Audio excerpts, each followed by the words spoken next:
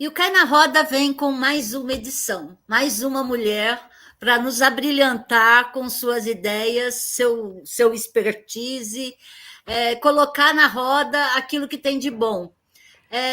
A nossa convidada de hoje é Patrícia Valim. Patrícia é graduada em Pedagogia e História, é mestre em História Social e doutora em História Econômica. Além disso, é conselheira do Centro de Pesquisa e Documentação da Fundação Perseu Abramo. Patrícia, obrigada por sua participação aqui no Cai na Roda, o programa das jornalistas do GGN.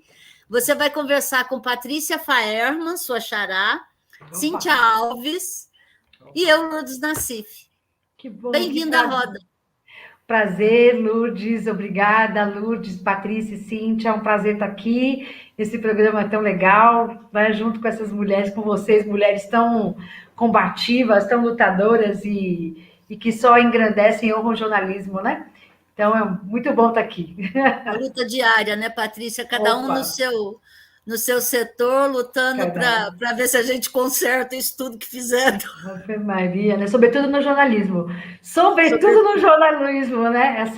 Essa grande imprensa que, enfim, tanto colaborou para a situação em que nos encontramos, né? Até hoje, e que agora estão aí, né? De noite, noite e dia, tentando... desfazer o mal feito. Exato, tentar fazer o mal feito ou que a população esqueça o mal feito que foi feito, né? Desculpe a frase mal elaborada, mas é isso mesmo. Mas olha, eu vou aproveitar o gancho do momento que nós estamos vivendo. No GGN, a Cíntia acabou de subir uma matéria. Hoje é sexta-feira, a gravação, a gente vai apresentar no sábado essa entrevista. A revista Veja fez uma entrevista com o digníssimo presidente e ele disse que não tem chance de ter golpe. Que isso não tem chance de jeito nenhum. Dentro da sua área, você é uma historiadora, você é atuante politicamente. Você acha que ele tem apoio suficiente dentro do Exército para fazer uma falseta? Porque o que ele diz não vale por uma semana, né? Semana que vem já pode ter um golpe engendrado. Você acha que ele tem algum tipo de reforço para um golpezinho? Olha, eu antes de responder diretamente essa pergunta, eu só quero lembrar o seguinte: a revista Veja, de toda a imprensa que a gente, né, eu estava comentando aqui agora, a revista Veja construiu esse monstro como uma opção política desde 1985, quando foi 86, desculpa. A primeira página amarela que esse sujeito ocupou, primeira reportagem de página amarela, saiu na revista Veja em 1986. Eu, inclusive, publiquei um artigo mostrando, a partir de uma pesquisa que foi feita nos quadros da Universidade de São Paulo. E aí, quantas vezes esse sujeito ocupou ou espaço privilegiado na grande imprensa, sobretudo na revista Veja. A revista Veja e a Folha de São Paulo e o Estadão, os três, eles são responsáveis por construir essa figura... E o Globo? Abominável. O Globo, ele não, esse primeiro momento ainda não, mas depois ele vai no empuxo. Ali nos anos 90, quando ele começa a aparecer no Cidade Alerta, né, esses programas horrorosos, né, e aí o Globo entra nesse empuxo. Mas num primeiro momento, assim, a sensação que dá, e eu coloquei isso escrevi isso na Carta Capital, aliás, quero agradecer aqui as matérias, né, quando vocês publicam no GGN, minhas, né, sempre muito, muito queridos, mas eu publiquei mostrando o seguinte: você tem todas a discussão, né, a negociação dessa nossa transição de regime militar para uma democracia capenga, né, inclusive sem implicar os nossos algozes, e eu acho que isso explica muito da força do negacionismo, né, no tempo atual, tá certo? A gente não tem julgamento dos torturadores, era preciso ter. A nossa justiça de transição, ela foi incompleta, a chamada justiça de transição. Então, esse sujeito, ele é como se fosse uma vingança de setores colaboracionistas com o regime, porque já está provado, inclusive fizeram a meia-culpa. Depois não adianta fazer meia-culpa, né?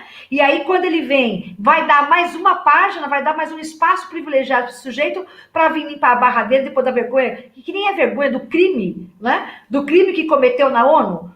Porque também a ONU, vamos combinar, né? O sujeito vai lá, fala um monte de mentira, cadê que está implicado? Porque é preciso estar implicado. Esse senhor, ele é um negacionista profissional. Eu tenho pesquisado isso, tenho escrito sobre isso, estou junto com o colega Alexandre Avelar, organizando, e o Berber, um colega da Universidade de Ghent, a gente organizou um dossiê sobre negacionismo histórico. O negacionismo dele mata as pessoas, o negacionismo mata diretamente, quando é o caso de um negacionista profissional como ele, e profissional aqui é porque o que ele fala tem implicação na vida de milhões de brasileiros. A gente vê a negação da doença, a negação do uso da máscara, a negação de uma política vacinal, não tanto por um negacionismo científico, mas por propina na compra de vacinas em outras regiões. A gente tem visto o papel importante da CPI da Covid, e ele vem falar na ONU, ninguém faz nada, e aí todo mundo fica, ai, que vergonha. Vergonha é o de menos. Passar vergonha a gente passa, entendeu? Na vida. A questão toda não é vergonha, é crime. O que ele faz é crime de lesa humanidade, precisa ser implicado no Tribunal de Haia. Aí ele volta para o Brasil, a revista Veja resolve dar matéria de capa privilegiada para de novo, para ele querer limpar a barra dele, para vir dizer que não tem um golpe que já houve, né, Lourdes? Só se ele está falando de tanque de guerra. Não vai dar golpe porque não tem tanque. Só por isso. Você acha que ele, naquela época que a imprensa estava dando, que você até citou dos anos 90, no caso, né? Anos 90, o destaque que ele recebeu para a imprensa, você acha que a imprensa já sabia que isso ia acontecer ou eles faziam isso para chamar atenção? Eu acho que não é, eu acho que é uma carta na manga. Comecei a falar, não terminei, né? Eu vou também abrindo 15 milhões de janela, vocês dão uma cortada, pelo amor de Deus. É uma carta na manga contra a própria esquerda. Vou contar um episódio para vocês que é conhecido, não sei se todo mundo sabe, mas que pelo menos os jornalistas mais antigos, na imprensa desse período, na época eu tinha 14, 15 anos de idade, eu vou fazer 50 domingo, né? Vai vendo. E aí aconteceu o seguinte, a Folha de São Paulo fez uma pegadinha com a Constituinte. Botou um projeto lá de volta, retorno à escravidão, ao regime escravista. Vão vendo isso. Eu coloquei até esses dias no post do Facebook. Aí colocou lá, de repente esse projeto aparece no gabinete dos deputados e das deputadas. Rapaz, muita gente assinou. E aí, qual é a conclusão? Eles deram a matéria no seguinte sentido. Olha como a grande imprensa sacaneia a esquerda. E aí, muita gente assinou. De que partido? Alguns petistas assinaram, muito tucano, muito PSDBista, tá certo? E muita gente, o ex-Arena. Só que aí, dos que assinaram, foram 63 deputados e poucas mulheres, né? Aliás, é uma coisa que a gente pode depois falar. Não há mulher negacionista no mundo. Repare isso. Essa é uma prática criminosa predominantemente masculina. Mas voltando, na ocasião, dos 63 que assinaram, a Folha de São Paulo dá como manchete só os petistas.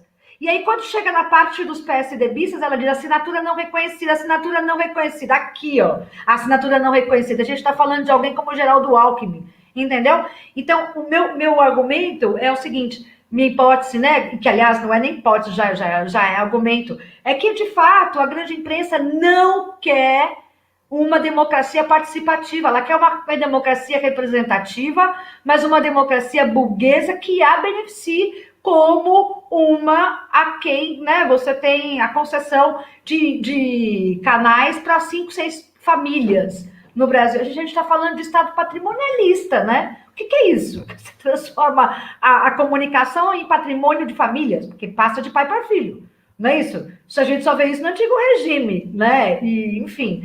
Mas tudo isso para dizer o seguinte, esse sujeito ocupa espaço privilegiado na grande há muito tempo. Então, ele é a carta na manga. A hora que a esquerda tomasse o poder, o cara estava lá. E não deu outra. Se você pegar desde 2011, ele bateu todos os recordes de processos na Comissão de Ética e na Corregedoria da Câmara Federal. Diga isso, e aí o que acontece? Aí você vem para essa esquerda, nossa, né? Eu ainda sou conselheira da Fundação, até eles me expulsarem, mas assim, né? Porque andei criticando um pouquinho esse petismo que sou petista, né? Não preciso dizer, todo mundo sabe, mas tem me cansado um pouco, né? A paciência. Eu já não tenho, não é minha melhor qualidade, mas há pouquinho que eu tinha, tem me cansado, porque a sensação que dá é que a gente vai dar 15 passos para trás, entendeu? Quando a gente era governo, as comissões de ética sempre foram, comissão de direitos humanos, comissão de ética, sempre foi escanteada e dado, sabe assim, como prêmio de consolação para a base aliada. Se a gente tivesse na presidência da comissão de ética, né, não tivesse base aliada, ou pelo menos a maioria da composição das comissões de ética, da comissão de ética, fosse nossa, esse sujeito não estava aqui, já tinha sido processado, tinha sido, como é que chama? Perdido o mandato. Mas não, acha que feminismo, antirracismo, acha que direitos humanos é mimimi, entendeu? Aí você faz o que com isso? E está continuando fazendo o mesmo discurso. Discurso Patrícia, que... Perdão, te incomodar. Não, eu quero entrar nesse ponto, porque eu estava ouvindo uma entrevista sua para jornalistas livres no ano passado. Eu ia te perguntar justamente isso, porque nessa entrevista você estava sendo bastante crítica ao PT, com recorte ainda ao PT no Nordeste, e aí você fala de políticas de gênero, ou vamos chamar de políticas afirmativas. Você até citou um exemplo, por que o PT não faz propaganda no recorte de gênero, considerando, por exemplo, que o Bolsa Família empoderou muitas mulheres, porque o cartão saía no nome das mulheres. Isso libertou muitas mulheres da violência doméstica e de uma série de outros abusos. E você não vê o PT comunicando com esse segmento, porque sempre tem aquela lá da esquerda que acha que pauta identitária é uma coisa secundária, não deve ser discutida para não melindrar outros setores, por exemplo, os evangélicos, você citou nessa entrevista, né? Eu ia te perguntar se você mudou de opinião de lá para cá, se você acha que essa esquerda que você disse que está deitada em berço esplêndido está fazendo alguma coisa para fazer oposição ao Bolsonaro, ou você ainda está esperando ele derreter sozinho? Olha, eu adoro quando me perguntam isso, embora isso tenha me desgastado dentro do partido profundamente, mas você imagina, né? A gente está falando de um partido que é de esquerda, e que tem muita gente boa, tem muito quadro, tá certo? Mas é muito quadro que corre por fora, né? Porque muito quadro que é petista, a despeito de boa parte dos homens da direção do PT. Então, eu estou me referindo a esses homens. Então, quando eu critico o PT, eu quero deixar bem claro que eu estou criticando um grupo pequeno, mas que manda no PT até hoje, né? Então, eu estou falando de grupo heteronormativo, posso nomear, eu não tenho problema com isso, né? E que tem um papel muito complicado dentro do PT. Veja, eu não uso, né? Até uma vez eu comentei, não uso o termo identitário, e você também não, você só colocou identitário porque eles usam de identitário. Então, eles reduzem pautas que são democráticas, pautas que são fundamentais, que não tem como você derrotar o bolsonarismo sem você não enfrentar essas pautas no centro da luta política e do debate político. Não tem como. E vou dizer por quê. Isso não é maluquice da minha cabeça, não é delírio da minha cabeça, porque é feminista, radical. Não sou radical. Radical são eles que são, né, que se pensam universais. A gente fica aqui disputando espaço, tentando ser ouvida de alguma maneira. Eles falam A e o A já virou quase que uma cláusula pétrea. Entendeu? Ninguém pode nem discordar do sujeito. Pô, a gente está falando de um fenômeno, porque o bolsonarismo ele não se resume ao Bolsonaro, ele vai infinitamente além do Bolsonaro, né? Isso não sei o que estou dizendo, mas todo mundo está dizendo, as pesquisas mostram. A gente tem uma base. E aí, o Bolsonaro é o macho alfa que organizou o movimento, orientou o carnaval. Ele deu a direção política para esses catiozão lá, machista, entendeu? Escrotinho, que não tinha o que fazer, estava lá enchendo o saco. Agora, não é só isso. A base do bolsonarista não é só essa.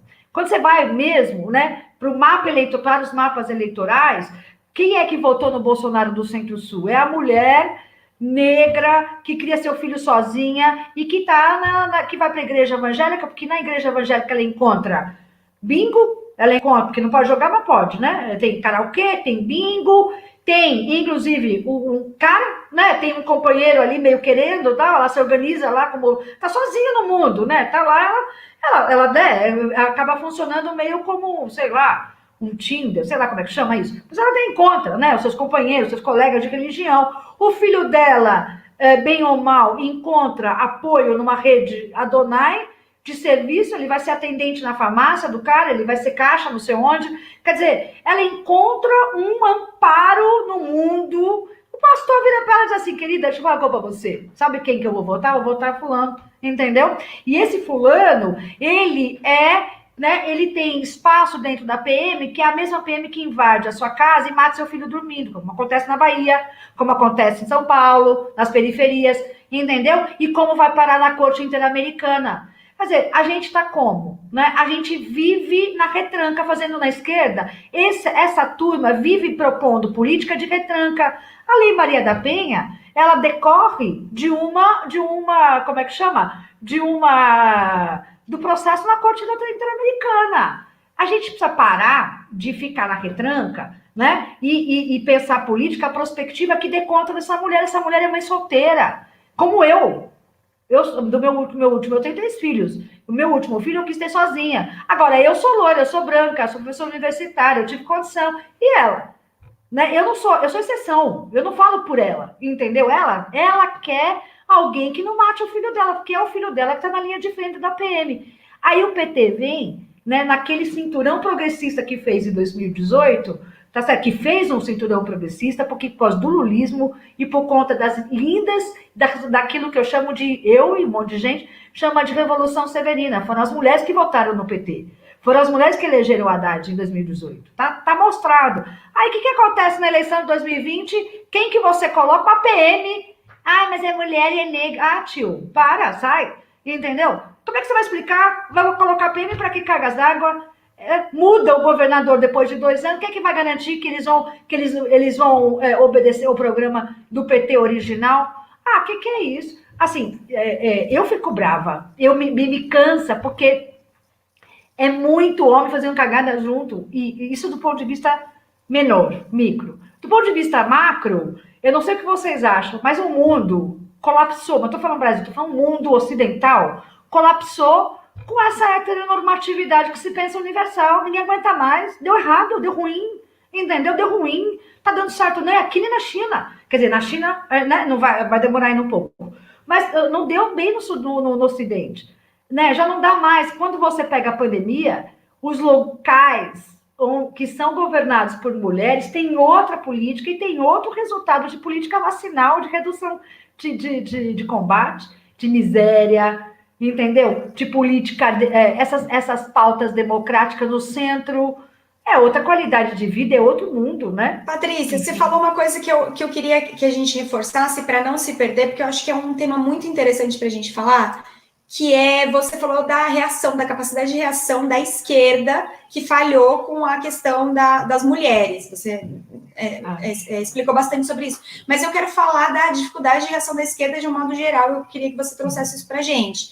Porque, e ainda voltando na pergunta, um pouco da pergunta da Lu, que a questão do discurso antidemocrático, né, que a gente está vendo agora, 2 anos para as eleições presidenciais, a gente já vê um presidente falando que não vai aceitar o resultado das urnas, né? A gente está falando de 2 anos de uma agenda de discurso contra o resultado das eleições, né?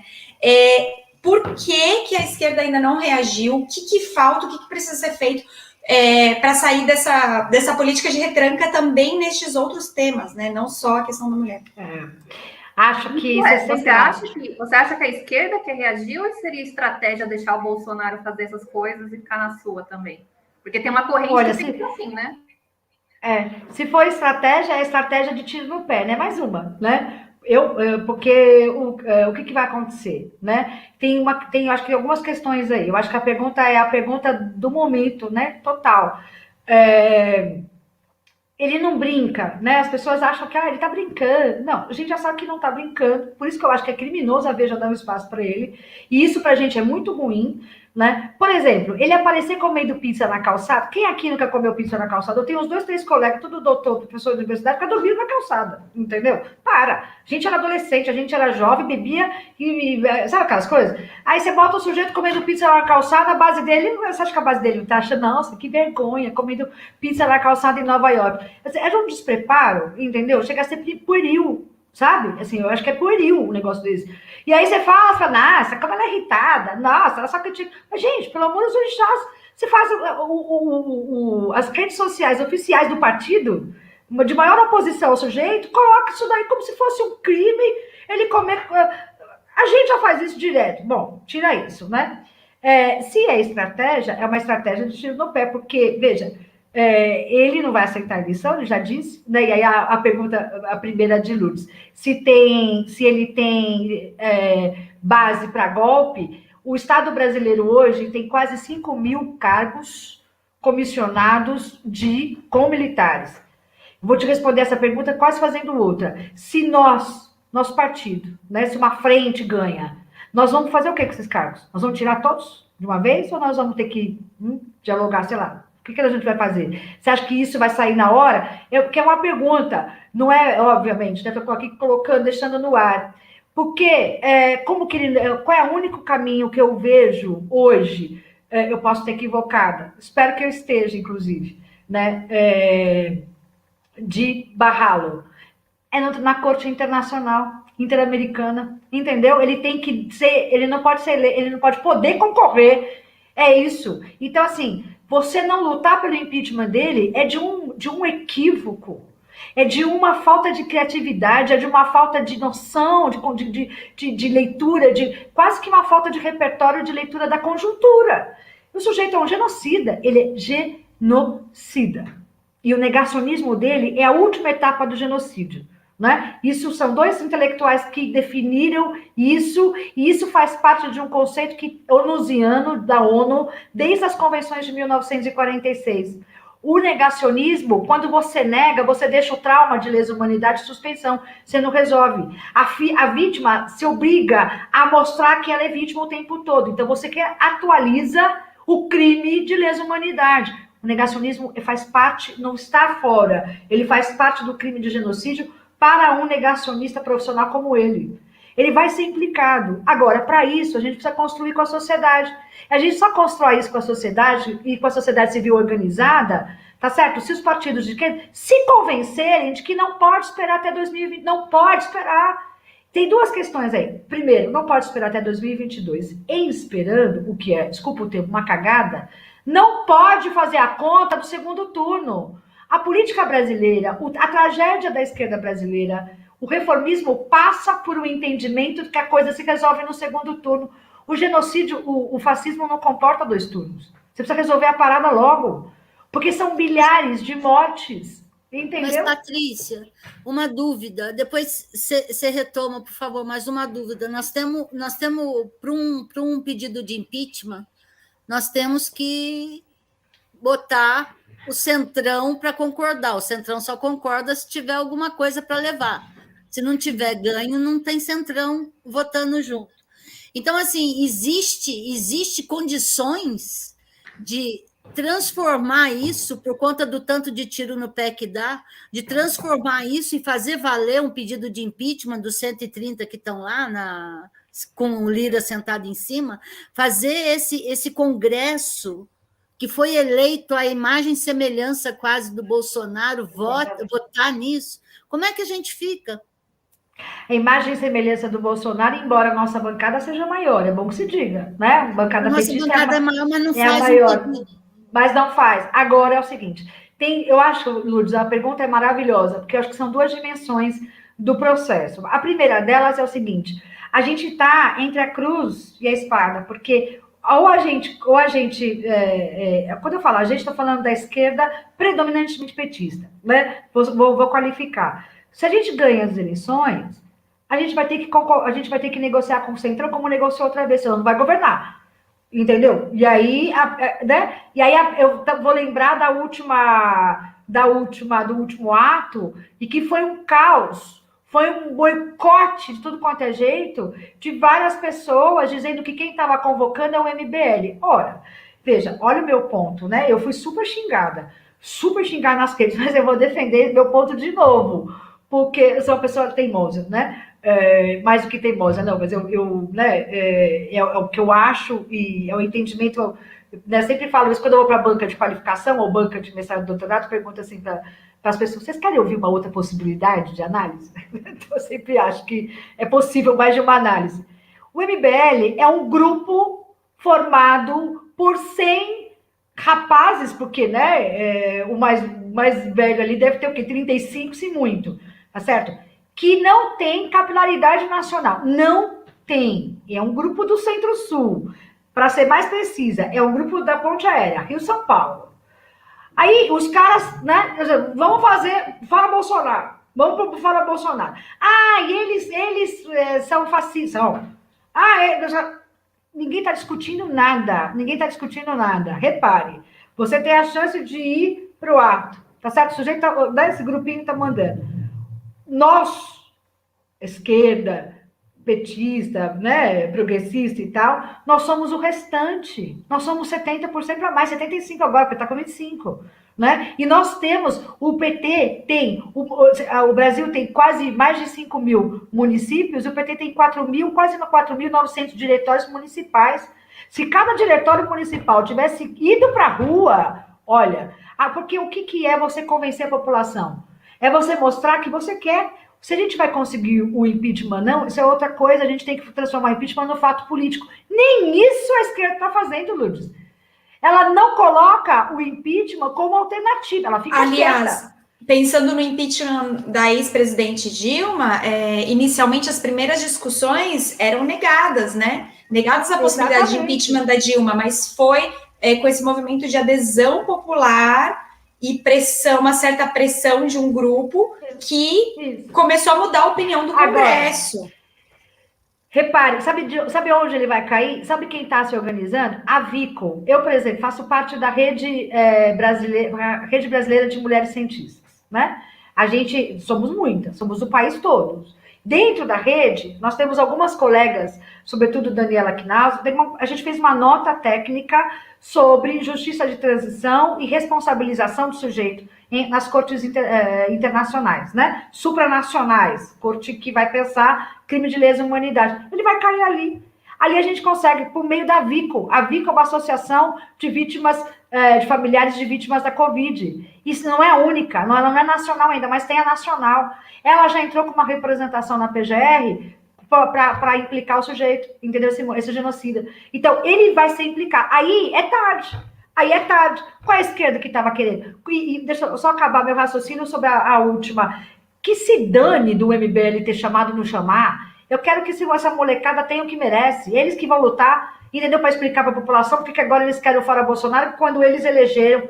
A gente teria que ocupar o microfone como a presidenta da UNE ocupou e fez bonito. A Bruna fez um discurso maravilhoso, tá certo? E lá disputar. E a esquerda está abrindo mão de fazer política. E política bonita. A política não é só você ficar contabilizando quantos retornados vão voltar a ser, cargo comissionado do seu mandato. Política não é isso, não. Política é você disputar. A gente não quer ganhar a eleição, política é disputar coração e mente. A gente não disputa coração e mente. Com a Bona a gente já ganhou. A Bona já elege. Vamos lá. Os caras pediram, pois é, né? O mundo é duro. Ou vai agora ou vai depois. Aí não vai agora e vai depois quando? Se é que vai ganhar. Porque, veja, ele está falando que não vai ter golpe, ele está se cacifando para as eleições de 2022, ele vai disputar. E ele é governo, o governo tem caneta. Tem caneta, tem espaço, tem mídia, tem tudo isso, entendeu? A foto da pizza para mim, quando que os Estados Unidos vão deixar o sujeito que não tomou vacina entrar? Francamente, ele mandou proibir o acesso a carteirinha de vacinação dele. Você acha que os Estados Unidos, nessa altura do campeonato, vai deixar esse doido não entrar? Aí tira aquela foto com a pizza, pronto, cai todo mundo, cai de novo. Ai, meu Deus. É duro, eu acho difícil. Não que eu não tenho resposta, veja, tenho várias dúvidas, mas eu acho que certos erros a gente já podia ter passado por essa etapa, já até pular a casinha do joguinho, entendeu? Desse jogo, do tabuleiro. A gente tem que ser mais esperto do que ele, porque ele é muito esperto. Ele sabe fazer política. A gente que tá aí, né, patinando aí vamos ver, é preciso deixar o Bolsonaro sangrar. Querido, quem sangra é a população. Não é o Bolsonaro que tá sangrando, não, viu? Quem tá sangrando é a tiazinha que tá sozinha, ela não tem que comer, tem 7 filhos. Aqui em Ouro Preto tem um monte. Quem tá sangrando é essa mulher que tem filho sozinho. e porque não tem auxílio emergencial. Ah, então vamos pensar no auxílio emergencial. Aí vai, faz um evento dizendo assim, olha, o PT está pensando, sim, mas você vai fazer isso, você já tem governador, né? Você tem 3 governos estaduais. Cadê que coloca esse plano em prática no governo estadual que já está? E aí a população não acredita, entendeu? Veja, estou falando isso especificamente da Bahia. Olha isso. O que é aquilo? Aquilo é a 5ª categoria. Dentro da esquerda é a 5ª categoria. Vou dizer para vocês, olha, tem uma bronca. E tomaram, perderam, inclusive, dentro eu trabalho com mapa, né? Eleitoral, trabalho de militante. Quando você pega os mapas eleitorais, você ter escolhido uma PM, não é que você perdeu no primeiro turno da maneira mais vexatória do universo. Você perdeu, inclusive, os colégios eleitorais de coisa que estava ganha na pesquisa. Vitória da Conquista, o sul da Bahia e Feira de Santana. Veja você, dois colégios eleitorais centrais para a Bahia, para o estado inteiro da Bahia. Perderam tudo, mas perderam tudo. Aí continuam palpitando. Perdem, fazem cagada, e aí continuam palpitando, fingindo que não fizeram cagada, entendeu? Ô, Patrícia, eu vou aproveitar seus conhecimentos, então, e puxar mais uma informação dessa entrevista da Veja, porque eu acho que o Michel Temer deu um chacoalhão naquela carta lá que ele escreveu para o Bolsonaro, e na entrevista para a Veja, mas eu vou passar batido, tá? Só vou falar que ele disse que tudo bem não ter voto impresso ano que vem, ele vai aceitar o resultado, porque agora o Barroso aceitou que as Forças Armadas vão fazer parte da fiscalização do processo eleitoral. Então, ele meio que já recuou nessa entrevista desse discurso do golpe, por aí. Agora, outra coisa que me chamou a atenção, que era o que eu queria repercutir com você, é que ele falou, você falou que ele é um sujeito esperto e está preparado, ele falou, perguntaram para ele se ele vai manter o Mourão como vice. E ele falou, olha, eu vejo o Mourão como um bom candidato ao Senado, porém eu preciso fazer alguns cálculos aqui, inclusive escolher talvez um vice de Minas, que é um grande colégio eleitoral no país, ou do Nordeste. Como que você acha que isso vai impactar isso? Ele de fato puxar o nome do Nordeste, já que você falou que analisa os mapas eleitorais e tal. Eu acho que, então, quando eu digo que ele está preparado, não é preparado politicamente, porque a sorte, não falando nem sorte, porque eu acho que inclusive é uma infâmia. Ele é ruim, ele é atrapalhado, né? Ele tem essa coisa toscona, tal, que é um genocida, né? O genocida, ele é autocentrado e ele é personalista, né? Não vou usar o termo populista, porque inclusive não concordo.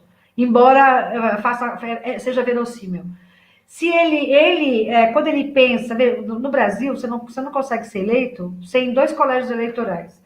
São 2 colégios eleitorais que definem a eleição no Brasil. Primeiro é Sudeste, né, Minas, e na Bahia, para você poder governar. No Nordeste, para você poder governar, é interessante. Ele não tem capilaridade na Bahia. Por quê? Porque ainda as políticas do governo petistas ainda têm efeito. Então, eu estou falando de 1,5 milhão de cisternas, eu estou falando de um momento em que a grande imprensa dava, por exemplo, em 2013, capa do tipo, a Bahia é a nova China. E era.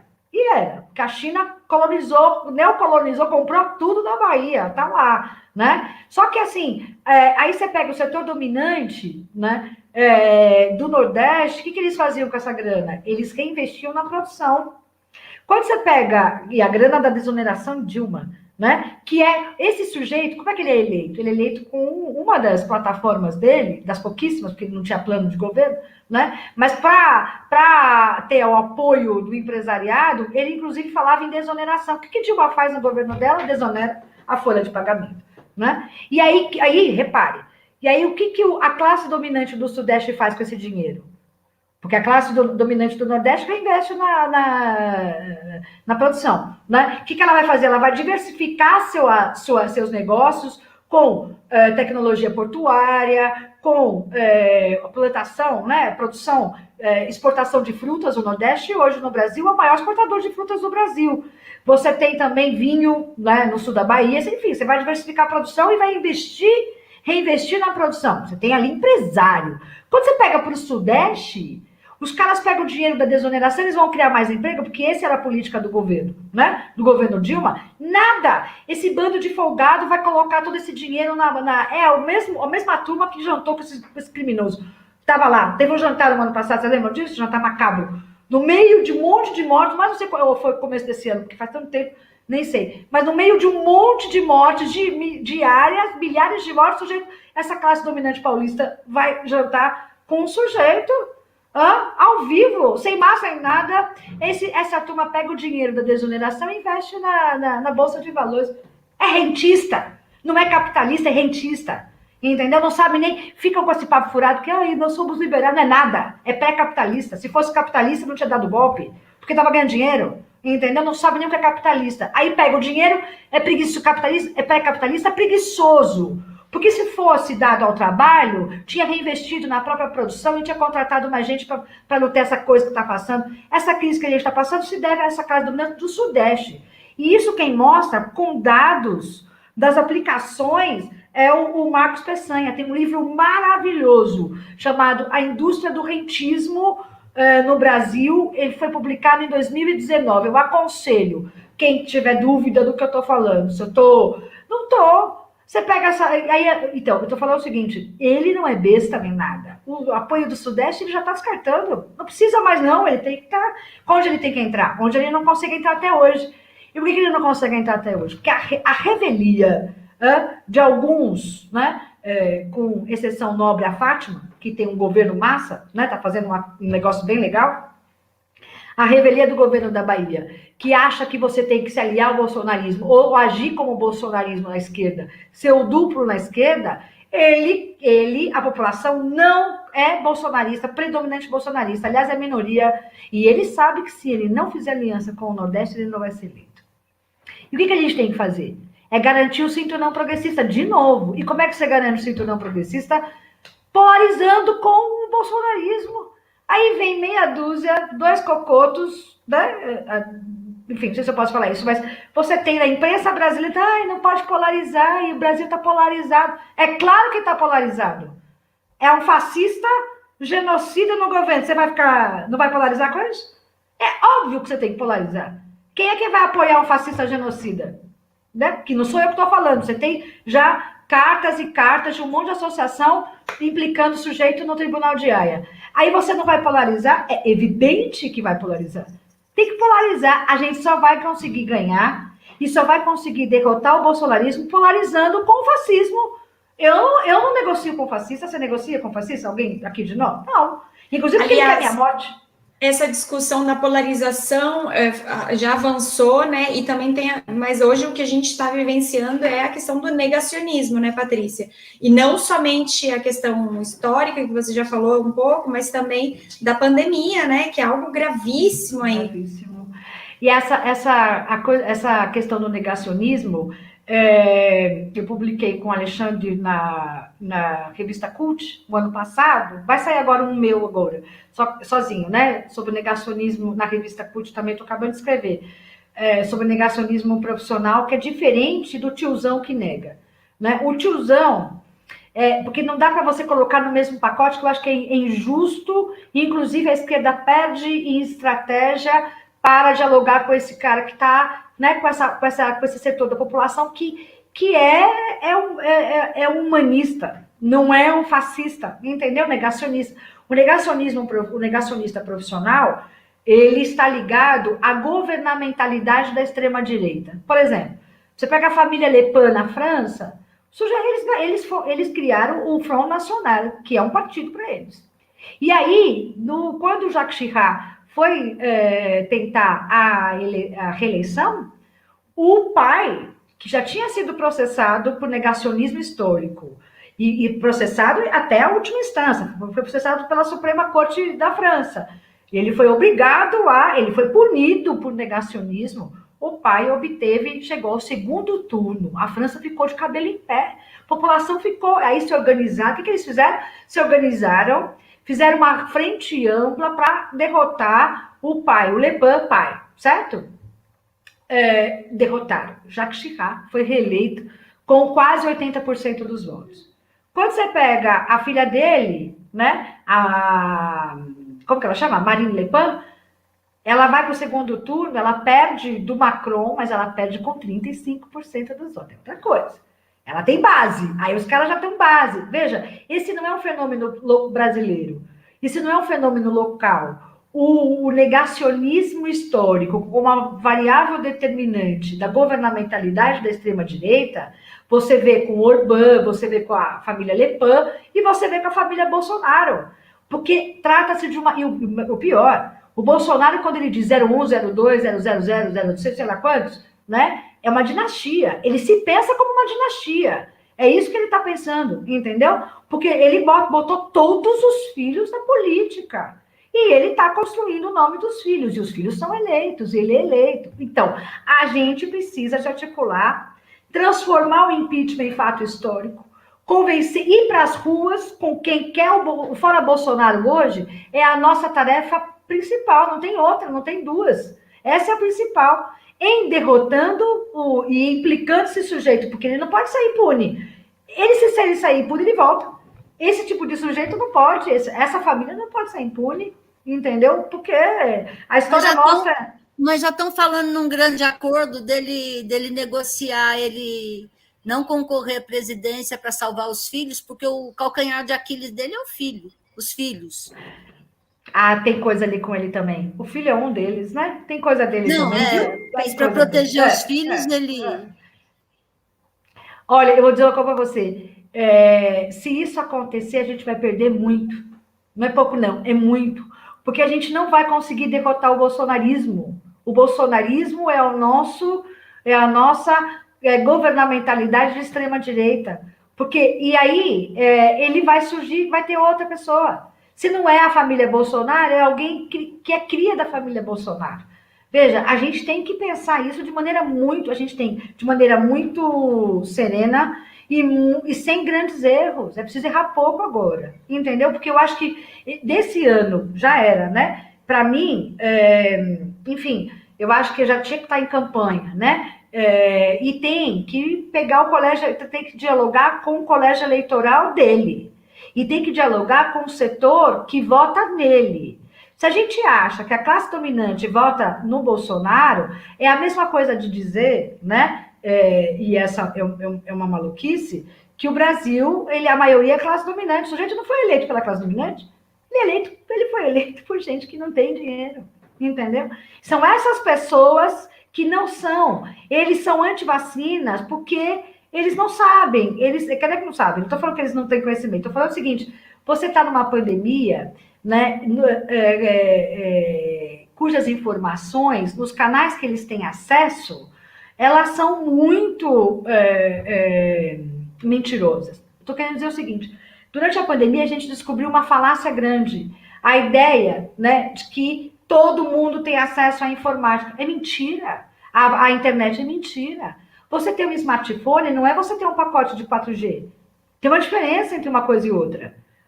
Isso, quem está na universidade pública sente isso na pele diariamente. Outra coisa, a pauta do 5G, ele está sambando sozinho. A disputa do 5G entre os Estados Unidos e a China está sambando sozinho. E ele está sambando porque tem interesse. Claro que ele tem. O que ele faz? Ele faz vídeo de 2 minutos, ele faz vídeo de 3 minutos. Quem tem um smartphone consegue baixar esse vídeo. A esquerda faz o quê? Faz vídeo de 17. Não é o Michel Temer que manda um áudio, que vazou um áudio de 13 minutos. Vocês lembram disso? Quando ele estava ainda o golpismo? A gente até brincava, quero um pacote de dados igual ao do Michel Temer. Tem 12 minutos de áudio? Caramba, como é que você baixa isso?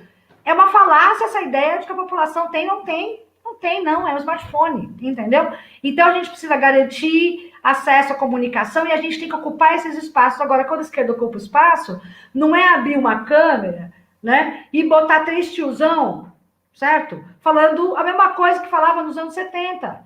Porque, não, com todo respeito a eles, com todo respeito ao cúmulo da militância política deles, eu tenho muito, com todo respeito e reverência a tudo que eles fizeram e colaboraram para o processo de democratização do Brasil. A gente está numa outra dinâmica, é outro mundo, com outras necessidades, inclusive isso decorre do lulismo. O lulismo botou outras pessoas dentro da universidade. São outras epistemologias de mundo, de vida, são outros saberes.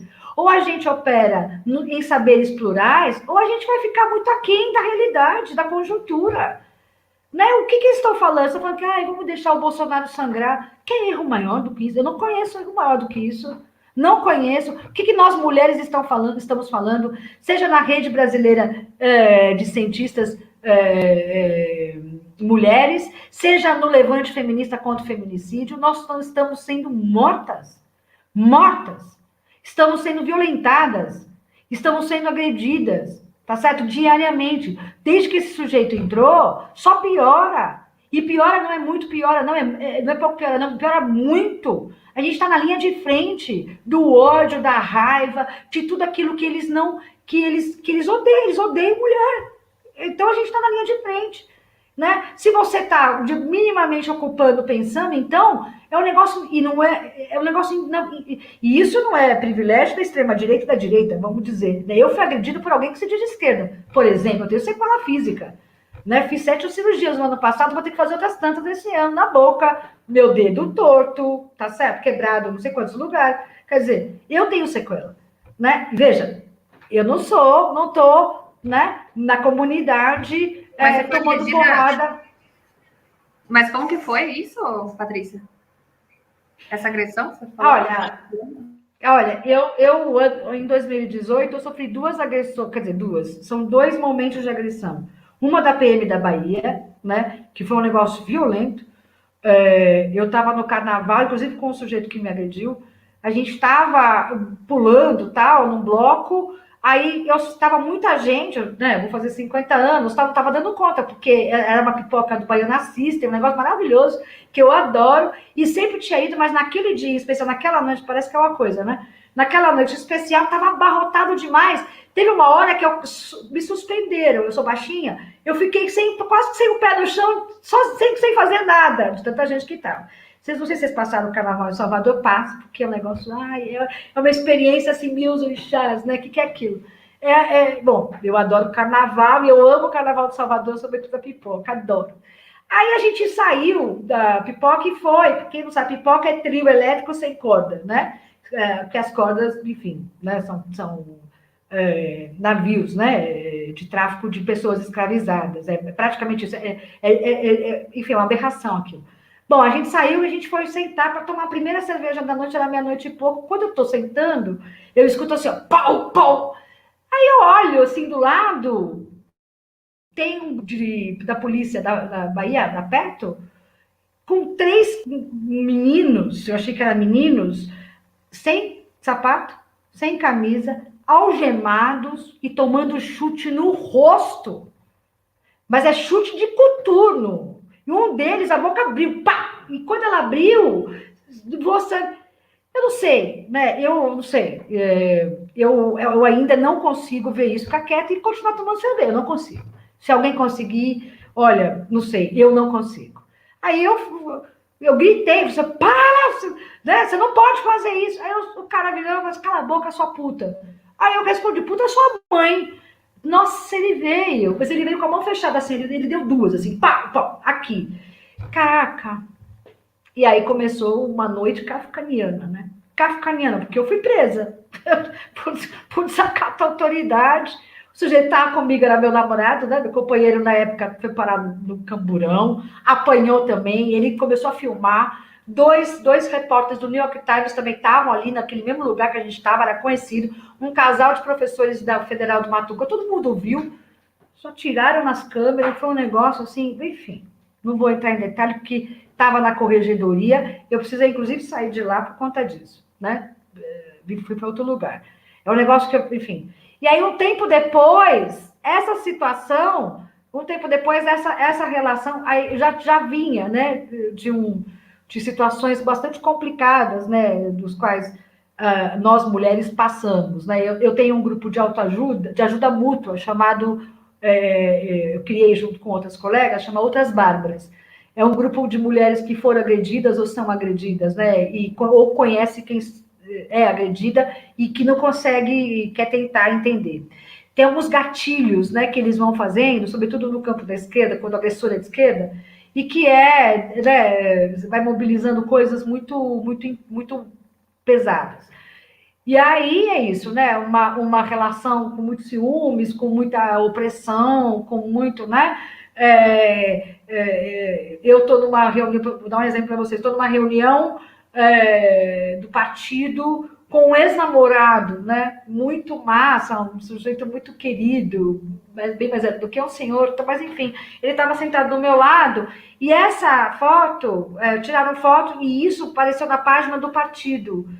Só que e foi assim, logo depois eu recebi, essa pessoa tinha perguntado, quem tá aí? Fulano tá aí? Não, não tá. Porque se eu falasse que tá, ia ser um inferno na minha vida. Aí aparece a foto na página do partido, sabe essas coisas? Fala, caralho, enfim, desculpa o palavrão. O caos. E aí do caos para as agressões, 1 minuto, né? Não gosto muito de falar. Enfim, é muito difícil, né? Lidar com agressão é muito difícil. Eu venho de históricos de agressão, né, em família, é muito complicado. Eu acho muito complicado.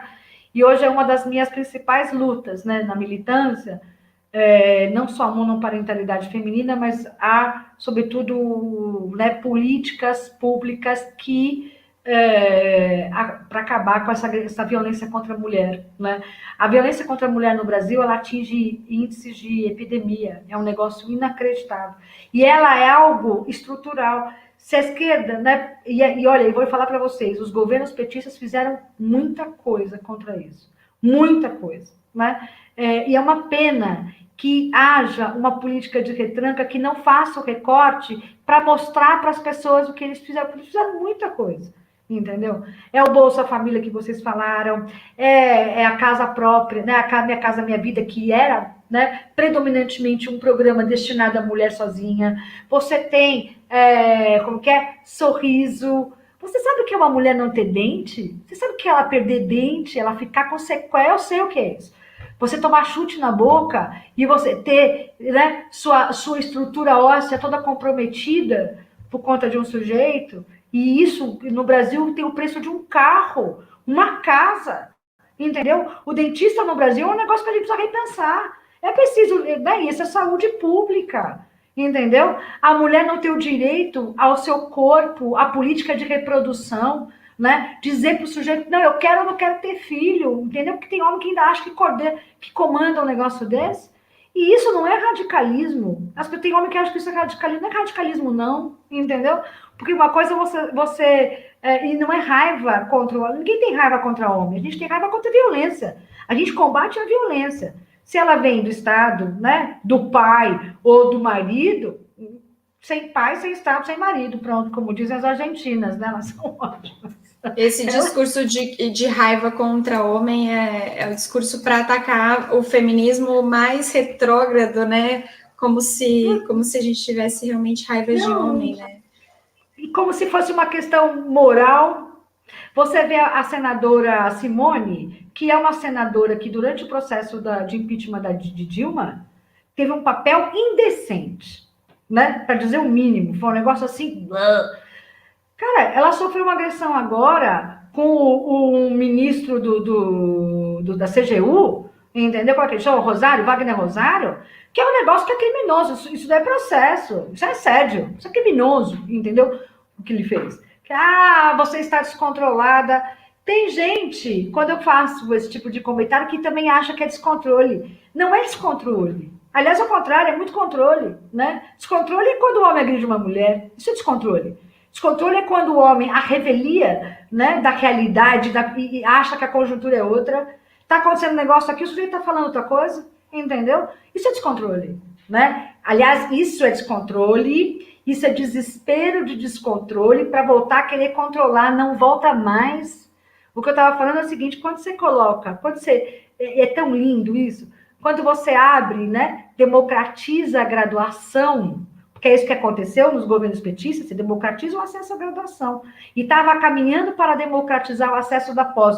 No programa que eu faço parte na UFBA, a gente já tinha cota para trans, para populações indígenas, para mulher, enfim, para negro, né? A gente tinha cota, e com razão, política de reparação social, ela tem que ser feita, porque é muito o escravismo, que não é só escravidão, nesse país foi construído a partir do escravismo. Escravidão, Portugal tinha escravo. Aqui no Brasil você tem escravo, você tem tráfico de escravo, você tem um Estado que operou na ilegalidade após 1831 até 1800. Um Estado contrabandista. O Estado brasileiro no século XIX.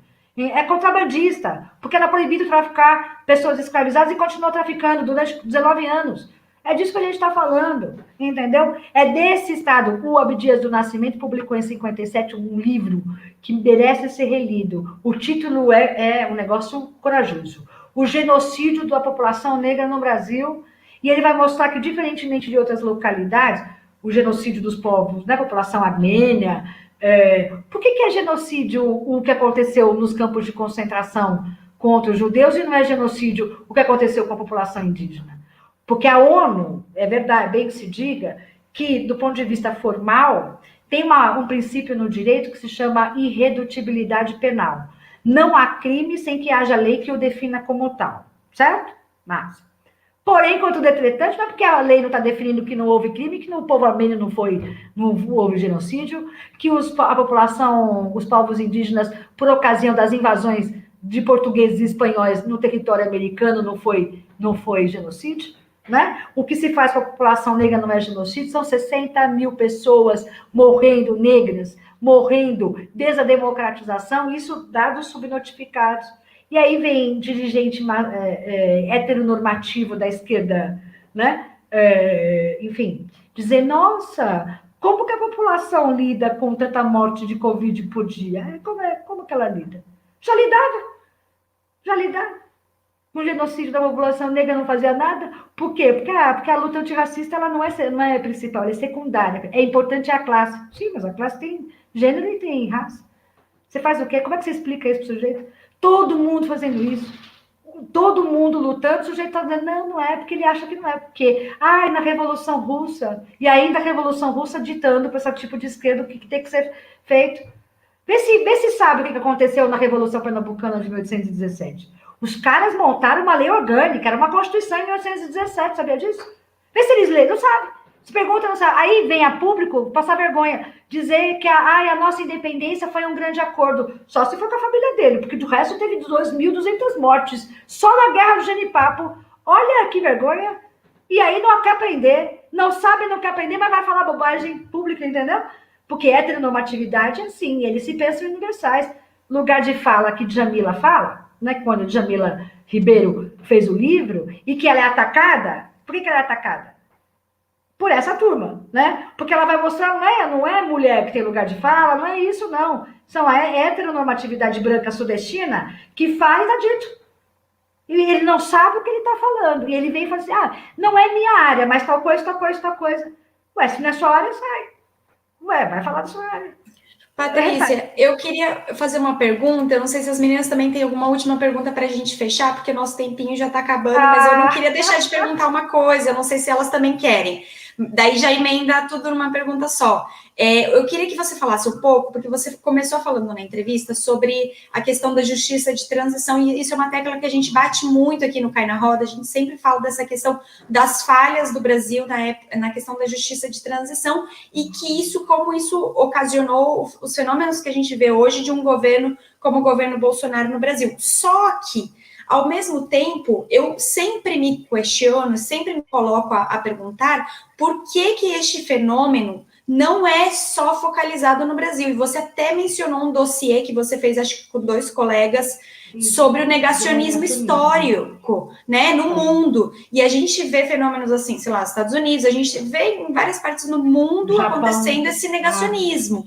Então, ou seja, não é só uma falha da nossa justiça de transição, pelo que eu estou observando, né, como jornalista, somente posso observar, né, e eu gostaria que você falasse sobre isso, então, sobre como se explica isso, e se as meninas também quiserem complementar com alguma coisa. Na verdade, eu tenho outra pergunta. Se você quiser, eu faço agora ou depois? Quando você prefere? Pode fazer. Pode ser agora? Porque em determinado... 2 pontos aqui me chamaram a atenção nessa entrevista. A sua crítica à esquerda no geral, e você citou aí o caso de ter lançado do PT na Bahia, ter lançado a candidatura da Major Denise, ter sido um erro, né? Um tiro no pé. Mais para frente, você falou que a esquerda ainda assim precisa polarizar com o bolsonarismo. Eu não sei, eu preciso que você me ajude a desatar esse nó na cabeça, que é como que a esquerda polariza com o bolsonarismo sem bolsonarizar a esquerda. Tá? Massa, boas perguntas. Bom, eu vou começar então com a primeira, né? O negacionismo histórico, científico, ético, né? Você tem um negacionismo ético, sobretudo, por exemplo, a centralidade da luta antirracista, a centralidade da luta feminista é o negacionismo ético, por exemplo. A gente pode pensar isso. Você tem um fenômeno que não ocorre só no Brasil, ele ocorre, né? Ele ocorre, se a gente for pensar do ponto de vista do negacionismo profissional, ele tem um marco que é o próprio julgamento do Nuremberg.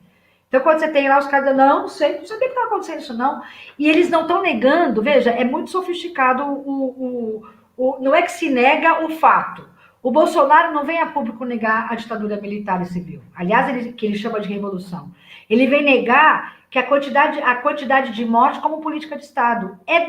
Você percebe? E ele mexe com uma historicidade atualista que não tem passado e nem futuro, que é o sujeito que tem o entendimento dos fatos, dos acontecimentos, a partir do próprio umbigo. Estou querendo dizer o seguinte, você escuta assim, mas eu vivi na época da ditadura e não vi crime nenhum. Então, se ele não viu, não aconteceu. Mas esse é um fenômeno que a gente tem muito, não só na direita, como na esquerda também. Né? O sujeito não precisa pisar nos Alpes suíços para saber que os Alpes suíços existem. Tá lá, veja, né? Então, é um princípio que... Então, esse é o negacionismo, aquilo que o Daniel Ferenstein, que é um especialista em política de transição na Argentina, inclusive, né? Ele vai qualificar de negação inocente. O sujeito acaba sendo correio de transmissão, entendeu? Ele não viu, não aconteceu. Nossa, mas a minha avó tinha essa coisa. O Maluf, né? Ela era malufista, olha isso. Ela diz assim, nossa, na época era ótimo. Era ótimo. Não, isso que vocês estão falando de tortura, o meu pai falava, não sei o quê, né? Ela já falecida, uma avó queridíssima, muito divertida, a despeito do seu malufismo, né? Era muito, muito fã dela, muito engraçada, uma calabresa muito brava, muito, muito interessante, uma figura interessante, que foi perdendo a memória, mas nunca se virou um arremedo de si mesmo, né? As suas características centrais estavam sempre preservadas, né? Mesmo com a doença no final. De qualquer forma, as pessoas diziam assim, não, mas minha família adorava, né? O plano econômico durante a ditadura era ótimo. Esse negócio de tortura do DOPS e tal, não aconteceu, não. Era a resposta que dava aos ataques comunistas. Olha a narrativa, reparem. Não está negando a ditadura. Está transformando a ditadura, está negando que você tivesse um crime, né, que as mortes fossem um crime de Estado, quando era. A gente sabe o que era. O genocídio do povo armênio. Você não nega a quantidade de mortes, os milhões que foram mortos. Você nega que isso tenha sido uma política do Império Turco-Otomano. A negação do Holocausto. Você não nega o número de mortes. Você nega a solução final, né? A criação das câmeras de gás para matar, não dizer, não, aquilo ali, imagina, tem até um laboratório, como é que relatório, esqueci agora o nome do sujeito que foi lá no campo de concentração, pegou tijolo, mandou para um laboratório, disse, não, aqui não tem ácido, não sei quando, não tem não, Isso aqui era algo para higienizar as populações que tinham piolho. Então, veja, é mais sofisticado do que a gente imagina. Eles não negam os crimes, eles negam que os crimes como política de Estado. Esse é o negacionismo profissional. É esse negacionismo que está previsto nas convenções da ONU desde 1946, desde o nazismo. Isso não significa que não tenha havido outros tipos de genocídio, como eu disse. Então, se é verdade a primeira parte do que você está falando, concordo contigo. Eu vou discordar mais ou menos da última parte da sua pergunta, que é o seguinte, não tem a ver com a justiça de transição. Tem. Porque na Argentina, no Chile, na América Latina, de maneira geral, e em outras localidades, esses homens foram parar nos tribunais, eles foram processados, as comissões da verdade, elas tinham caráter, como é que chama? Punitivo também. Não era só uma questão... Qual era o caráter da nossa comissão da verdade? Você indicava que o sujeito era responsável pelas torturas. E ele publica um livro. Percebe? Ele publica um livro para... Eu vou te dar um outro exemplo. O Brasil tem um caso de negacionismo que foi parar na Suprema Corte. Chama caso Elvanger. Era um empresário do Sul, brancão, né, com ascendência alemã, é um neonazista, deliberadamente um neonazista, ele tem cartas, tem documento, ele é um neonazista, e ele escreveu contra o Holocausto, negando o Holocausto, não existe o Holocausto, não existe o Shoah, não existe nada. E aí ele divulgava livros, ele vendia esses livros, Editora Razão. E aí, quem denuncia ao Ministério Público esse senhor foi o Movimento Negro, Mopar, que se juntou com a comunidade judaica. E ele ficou indignado, ele diz ao Movimento Negro, eu não respondo. Tira, não quero, não vou responder. Quem tem que me processar é a comunidade judaica. Eu não queria muita confusão. Queria haver uma negociação para que ele retirasse os livros da praça. A comunidade negra, né, o Movimento Negro do Rio Grande do Sul viu nesse julgamento uma oportunidade de se discutir racismo e ampliar. A gente está falando de 2000. O julgamento acabou, aí ele tem habeas corpus, vai parar no STF, e aí você tem lá todo o processo. O sujeito, ele é processado por crime de racismo. O que acontece? O próprio STF coloca o movimento negro para escanteio e centra, né? E quase que é obrigado e chama a Suprema Corte chama dois amigos curiae, um que era o Celso Laffer, o outro o próprio Henri Sobel, como para, enfim, dar pareceres, né, para esse julgamento. Só que não vai adiante. O que eu estou querendo dizer é o seguinte, não foi adiante. Não ampliou nem o conceito de racismo e nem o julgou por negacionismo. Não há antinegacionismo penal no Brasil e há leis antinegacionistas em outras localidades. O jeito ele é implicado penalmente. Então, a nossa justiça de transição, como de resto, boa parte das nossas políticas públicas, elas operam no reformismo. O que a gente precisou votar recentemente, que era o Fundeb, não foi uma política que tinha prazo de validade. Como se a gente fosse ocupar o Estado brasileiro eternamente e não precisasse, a gente não pode fazer isso na esquerda, percebe? Então, é preciso punir. Eles cometeram um crime de lesa humanidade. Eu não sou punitivista, é bom que se diga, mas para crime de lesa humanidade tem que ser punitivista. É preciso. Então, a Corte Interamericana, o Tribunal de Haia tem que punir. Porque se tivesse, veja, você evita o negacionismo profissional você não evita, mas você evita a chamada negação inocente do tiozão que fica negando, né?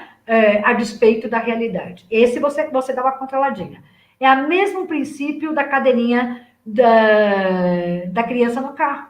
No começo não foi um chiaro, né? Na época, pronto, todo mundo hoje, ainda que o genocida atual tenha tentado reverter a lei, não tem mais ninguém que vai colocar uma criança no banco de trás sem a cadeirinha, tá certo? Então você vai criando. A lei, ela também tem, né, um objetivo de criar um comportamento na sua própria comunidade, porque a lei não pode ser só punitivista, né? Ela tem que ser também politizante, ela tem que letrar. É preciso que haja um letramento político no Brasil para os princípios da República e democracia. Esse é o papel da lei, esse é o papel, né, da educação, esse é o papel da esquerda de maneira geral, dos partidos democráticos. Então, para fechar, a sua pergunta a justiça de transição brasileira, ela é incompleta.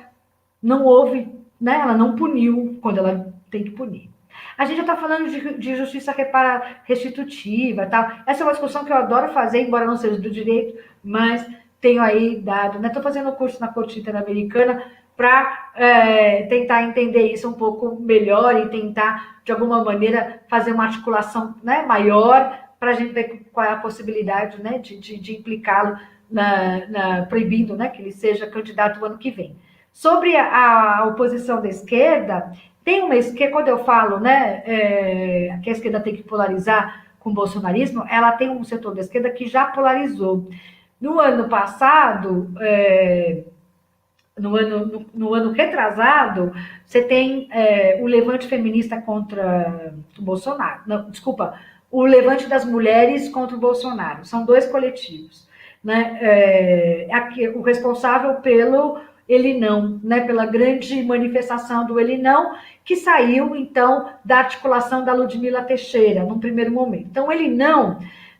para vocês terem uma ideia do impacto do Ele Não, se não tivesse havido um Ele Não, ele teria sido eleito no primeiro turno. O Ele Não, ele é o responsável.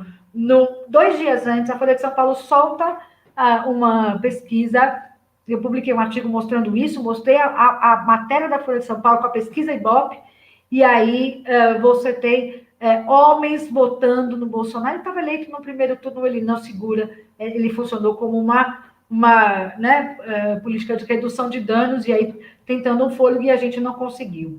Eu quero só que vocês lembrem o seguinte, logo depois do Ele Não, né, você tem aí, na noite do Ele Não, os ministros, diretores da Igreja Universal do Reino de Deus vindo a público manifestando apoio incondicional ao eleito, né, depois que ele veio a ser eleito, ao então candidato, depois ele veio a ser eleito.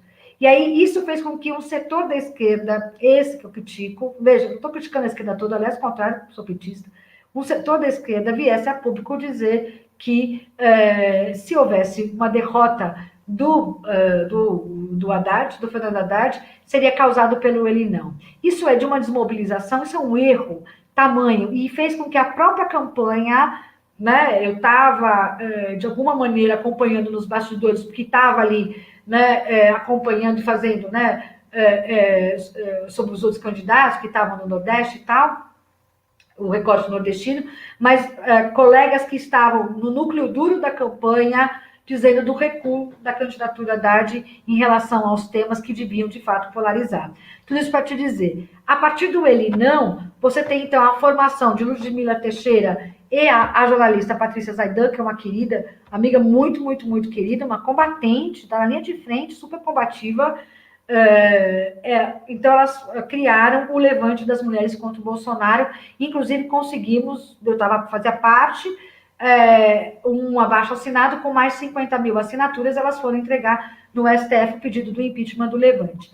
Do Levante, nós, e aí eu estava bem participando ativamente desse processo, nós escolhemos 50 candidaturas de mulheres, de norte a sul do país.